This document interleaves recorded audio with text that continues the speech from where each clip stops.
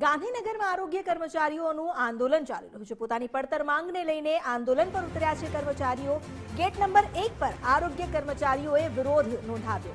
જોકે પોલીસે આરોગ્ય કર્મચારીઓની અટકાયત કરી। પ્રમુખ રણજીતસિંહ મોરી સહિત કેટલાક આરોગ્ય કર્મચારીઓની અટકાયત કરવામાં આવી છે। આંદોલનને લઈને પોલીસનો ચુસ્ત બંદોબસ્ત ગોઠવી દેવાયો। સચિવાલય તરફ આવતા તમામ વાહનોનું ચેકિંગ કરવામાં આવી રહ્યું છે। કર્મચારીઓ આંદોલન ચલાવવાના મૂડમાં છે, જ્યારે પોલીસ ત્યાં ગોઠવાઈ ચૂકી છે। અને 25/2 થી અલ્ટિમેટમ આપ્યું હતું, તમે આ બાબતે અમારું શાંતિપૂર્ણ સમાધાન કરો અને અમારા બાળકોના જે જૂના 2 પ્રશ્નો છે એ સોલ્વ કરો, તો એસમાં કાનૂન જલ્દી આવી શકે। પણ આ 2 અમારી જે મુખ્ય માંગ છે એના જીઆર ઠરાવ ન થઈ શકે તો આ કયો ન્યાય? અમે હક અને ન્યાય માટે પરિંદા પેર ન મારે એટલો સમય સરકારે અમારા કર્મચારીઓને ડિટેન કરવામાં કર્યો છે, પણ જીઆર ઠરાવમાં એટલો વાર ન લાગે તો અમારે ક્યાં અહીંયા ગાંધીનગર આવવાનો શોખ હોય? અમારે આવેદનપત્ર શા માટે આપવું પડે? જે માંગણીઓ અમારી જૂની છે, અમારા એફએડબ્લ્યુનો 1900 ગ્રેડ પે આખા ભારત દેશમાં સૌથી નીચે છે। ભારત દેશમાં ગુજરાત નંબર 1 ઉપર અમે મૂક્યું છે અમારા સંયુક્ત પ્રયાસોથી। ભારત દેશમાં નંબર 1 વિકસિત રાજ્ય। હવે સરકારે કમિટી બનાવી, એ કમિટીનો અહેવાલ રજૂ થયો, એની અમલવારી કરીને ઠરાવ કરવાનો, આમાં ક્યાં મોટી વાત છે?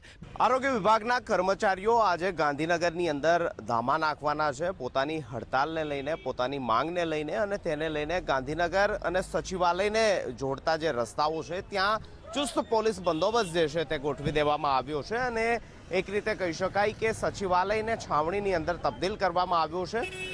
હાલ જે છે તે કર્મચારીઓ સચિવાલયમાં જ્યારે પહોંચી રહ્યા છે ત્યારે તેમનું સઘન ચેકિંગ જે છે તે કરવામાં આવી રહ્યું છે। તેમના આઈ કાર્ડ, આઈડેન્ટિટી કાર્ડ તપાસ્યા બાદ જ આ તમામ કર્મચારીઓ જે છે તેને અંદર પ્રવેશ આપવામાં આવી રહ્યો છે। ગેટ નંબર 1, ગેટ નંબર 4 સહિતના એ ગેટ છે કે જ્યાંથી કર્મચારીઓ સચિવાલયની અંદર પ્રવેશ કરતા હોય છે, ત્યાં આ પ્રકારનું તે બહાર આ પ્રકારનું સઘન ચેકિંગ જે છે તે કરવામાં આવી રહ્યું છે। આરોગ્ય કર્મચારીઓએ આજે ગાંધીનગરમાં ધરણા કરવા માટેની જાહેરાત કરી છે।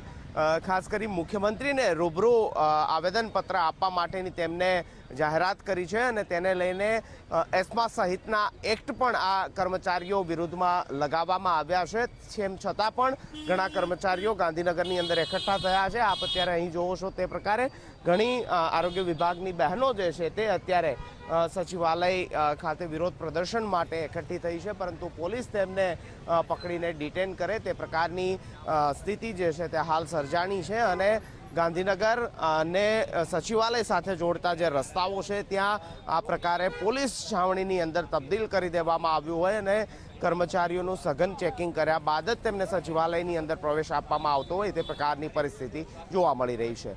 કેમેરામેન દીક્ષિત સાથે નિકુંજ જાની, ગુજરાત ફર્સ્ટ, ગાંધીનગર।